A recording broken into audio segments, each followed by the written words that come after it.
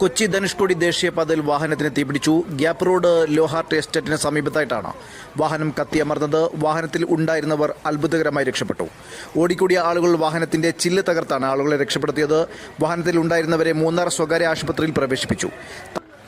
തമിഴ്നാട് ചെന്നൈ സ്വദേശികൾ സഞ്ചരിക്കുന്ന വാഹനമാണ് അപകടത്തിൽപ്പെട്ടത്. വാഹനത്തിൽ കൈക്കുഞ്ഞുൾപ്പെടെ 3 കുട്ടികളും 5 മുതിർന്നവരും വാഹനത്തിലുണ്ടായിരുന്നു.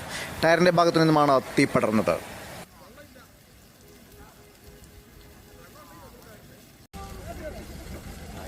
ഭയങ്കര പിടിക്കും. അതിൽ ഫോൺ കിണ്ടെല്ലാം കിടക്കാം.